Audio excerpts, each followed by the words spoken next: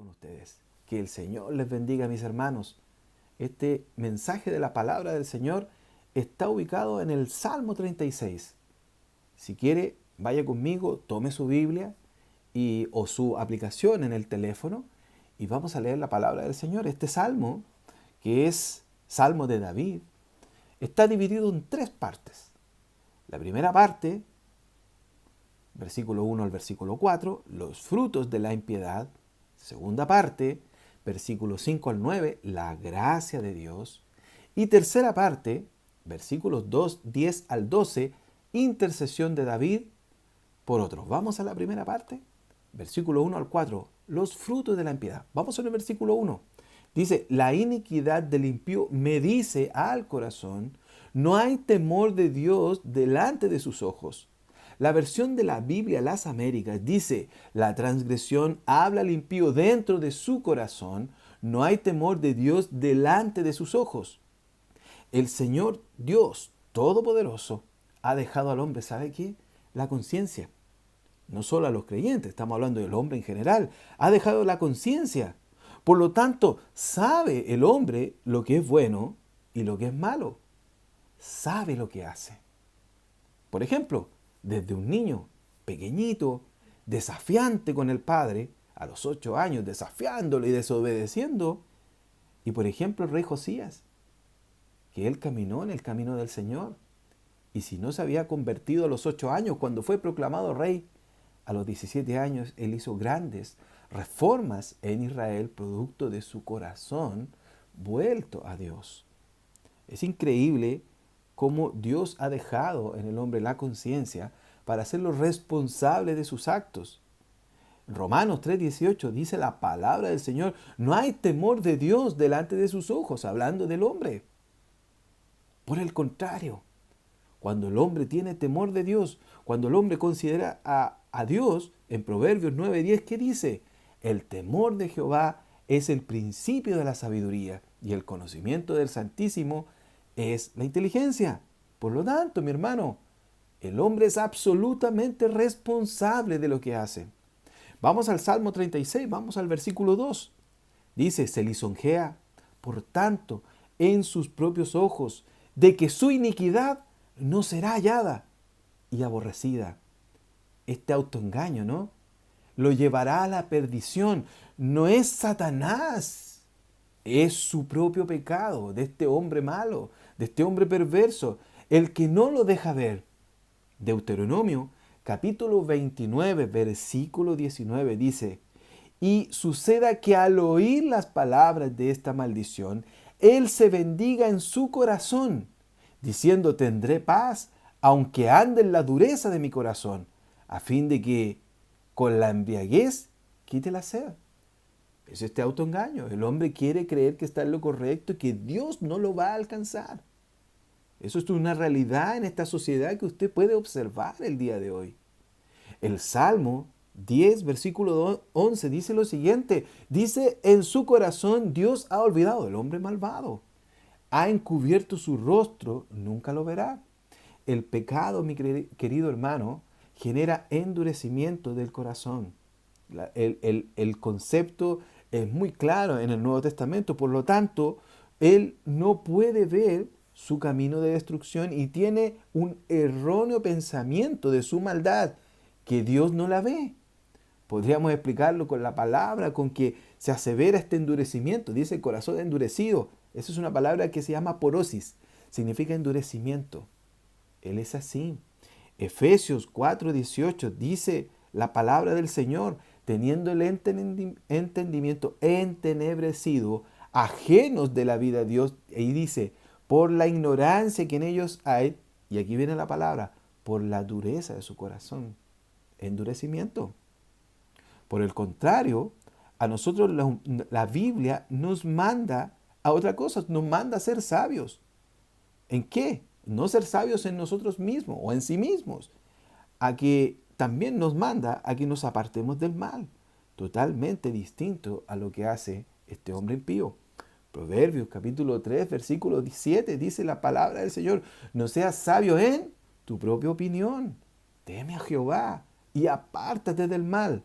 Si el hombre natural y el hombre en general tiene una naturaleza pecaminosa, está endurecido y cree que Dios no lo ve. Nos damos cuenta que requiere de la intervención divina para ver la luz, requiere del Señor, requiere que llegue a su vida. En el Salmo 36, versículo 3 dice lo siguiente: las palabras de su boca son iniquidad y fraude. Ha dejado de ser cuerdo y de hacer el bien. El impío frecuentemente actúa de esta manera. Vive haciendo, diciendo, actuando con maldad. Su vida completa es un fraude. En todo ámbito, mis hermanos, todos podemos entregar experiencias de gente común que ha estado a nosotros conforme a sus intereses, han actuado de mala manera, engañando, justificando sus actos y creyendo que hacen lo correcto. Salmo 10, versículo 7 dice: llena está su boca de maldición y de engaños y fraude. Debajo de su lengua hay vejación y maldad.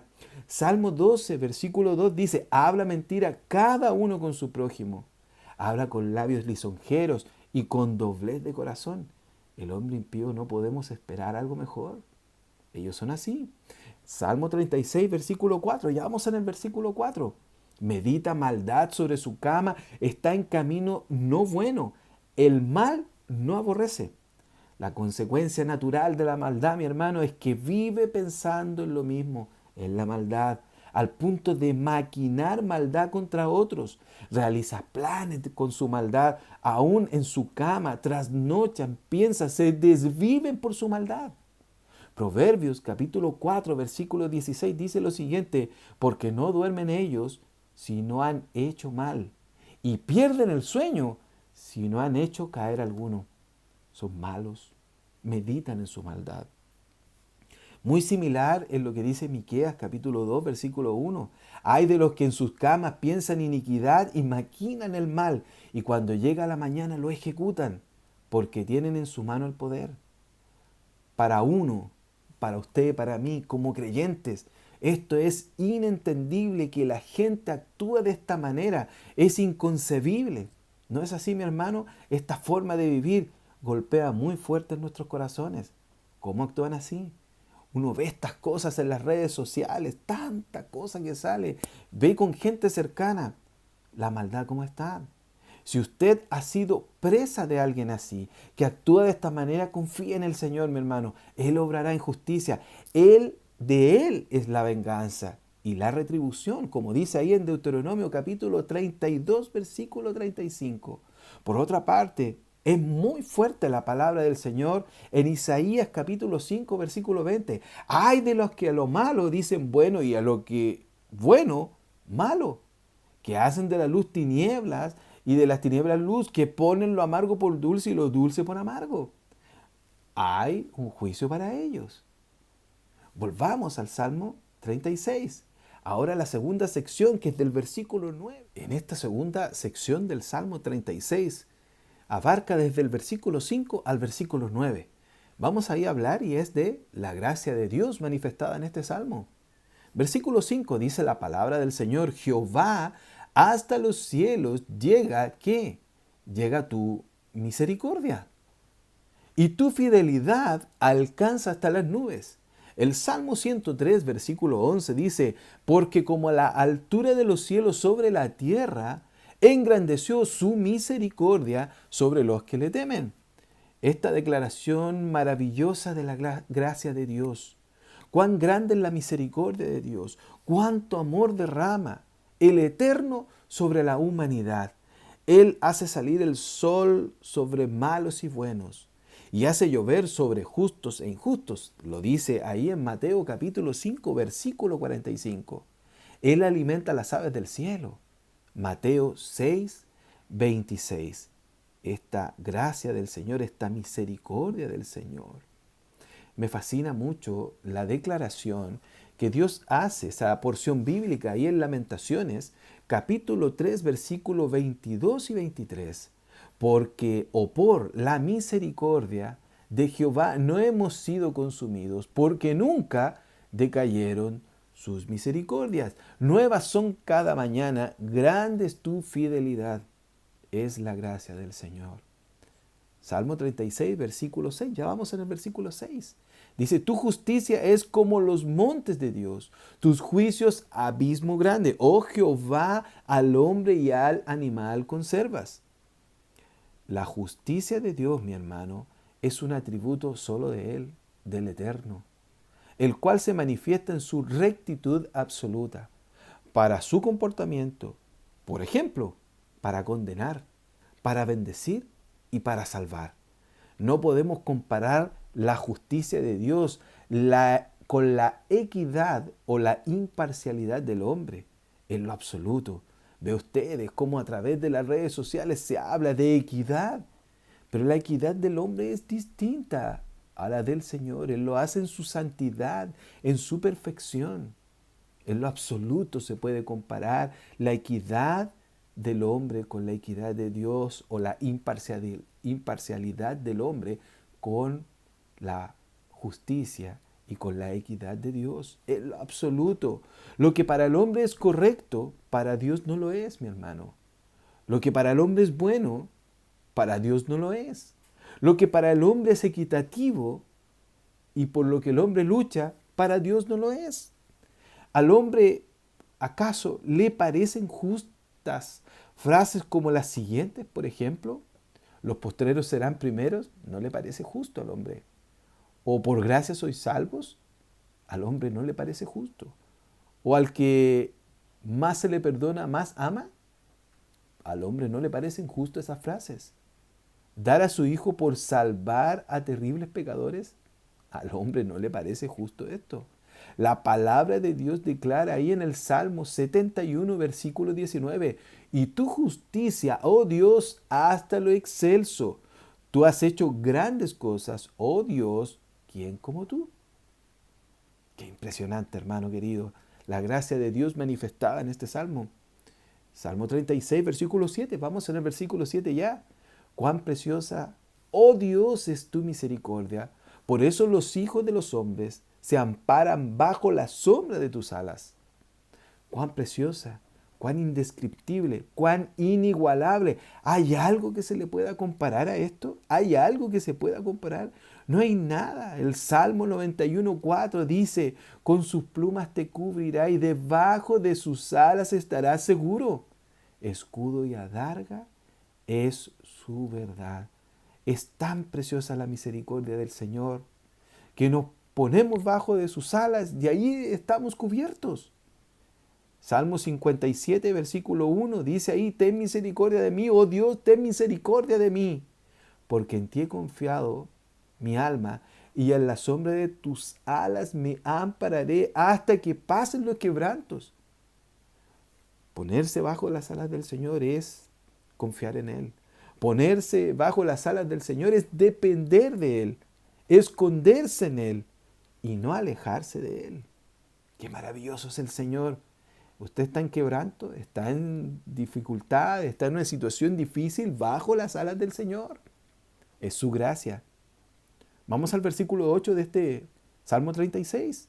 Serán completamente saciados de la grosura de tu casa y tú los abrevarás del torrente de tus delicias. Esto es formidable. Yo me haría la siguiente pregunta. ¿Tu gracia es solamente protección? ¿Hay algo más que nos da el Señor? Aparte de la salvación, ¿no? La respuesta es un rotundo sí. Él nos colma de bendiciones. Él nos alimenta espiritualmente, nos alimenta físicamente, nos da agua de vida, nos provee de todo lo necesario, de todo. Tenemos que aclarar que esto no significa que siempre estaremos felices en esta tierra, pero que Dios suplirá todo lo que necesitamos para caminar con Él, no para nuestros propósitos, que es muy distinto. El sustento para peregrinar en esta tierra. Es una declaración, mi hermano, casi de carácter escatológico, casi del futuro, que nos afecta. ¿Sabe por qué, mi hermano? Porque todo lo que nos da acá el Señor, todas esas bendiciones que recibimos, es un adelanto de lo que vamos a vivir en el futuro. Si usted se va a Apocalipsis capítulo 22, versículo 1, lo entenderá mucho mejor. Después me mostró un río limpio de agua de vida, resplandeciente como el cristal, que salía del trono de Dios y del Cordero. La majestuosidad de Dios manifestada en favor de nuestras vidas. Versículo 9 dice, porque contigo está el manantial de vida, en tu luz veremos luz. Cuando bebiste del agua de vida, mi hermano, cuando fuiste salvo, cuando el Señor vino a tu vida, esto te lleva a tener luz, te lleva a la santidad del Señor, lo que permite ver a Dios.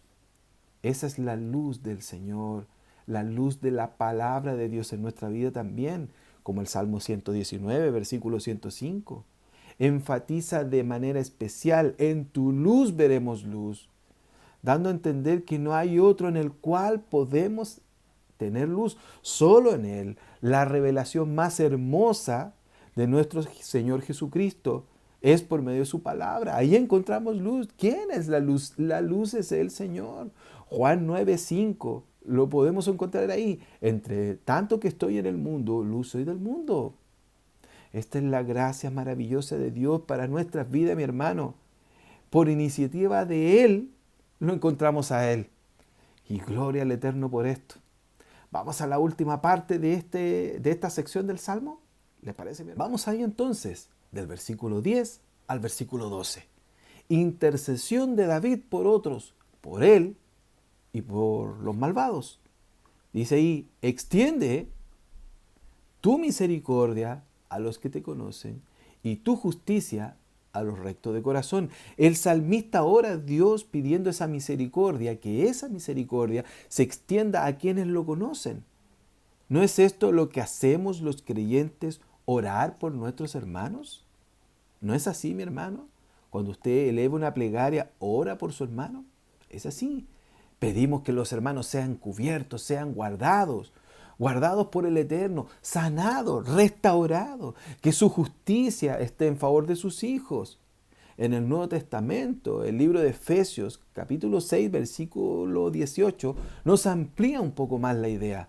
Orando en todo tiempo, con toda oración y súplica en el Espíritu, y velando en ello con toda perseverancia y súplica por todos los santos.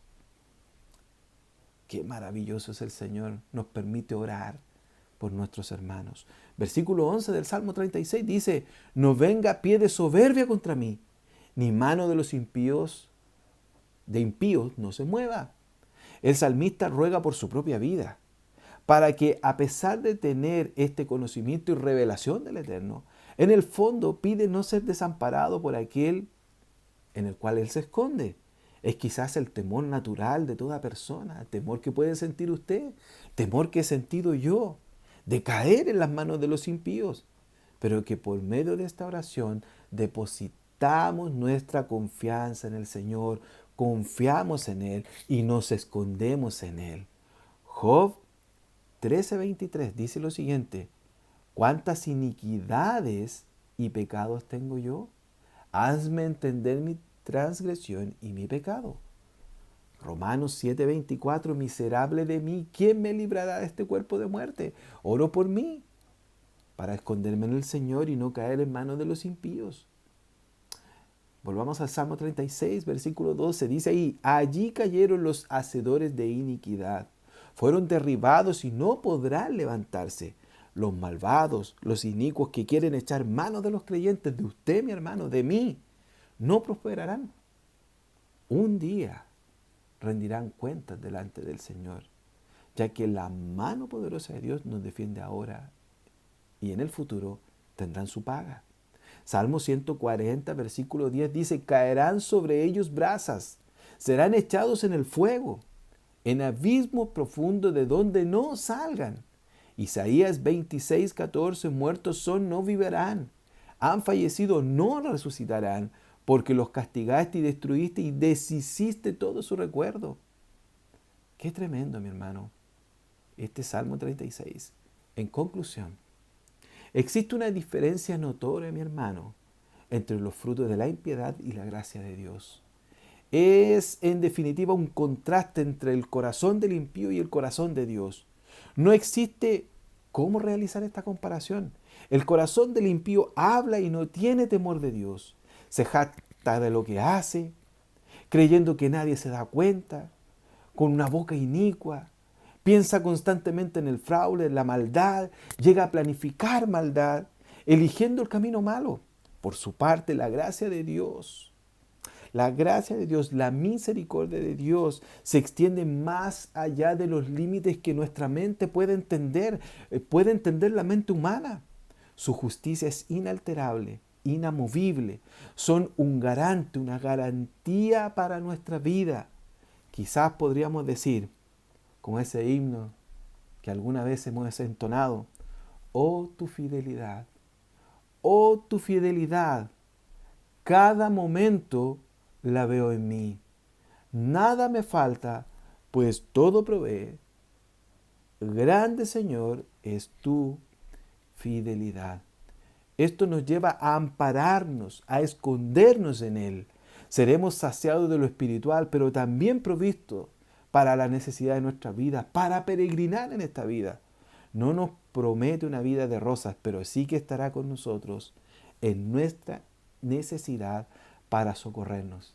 Finalmente, mis hermanos, debemos pedir y suplicar por todos los hermanos para que esta misericordia se extienda constantemente sobre ellos, además de pedir que nos libre de todo mal por parte de los malvados.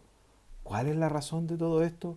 Confiar y entregar nuestras cargas a Él, sabiendo que Él obrará su justicia en favor nuestro. Que el Señor le bendiga grandemente, mi querido hermano, mi querida hermana.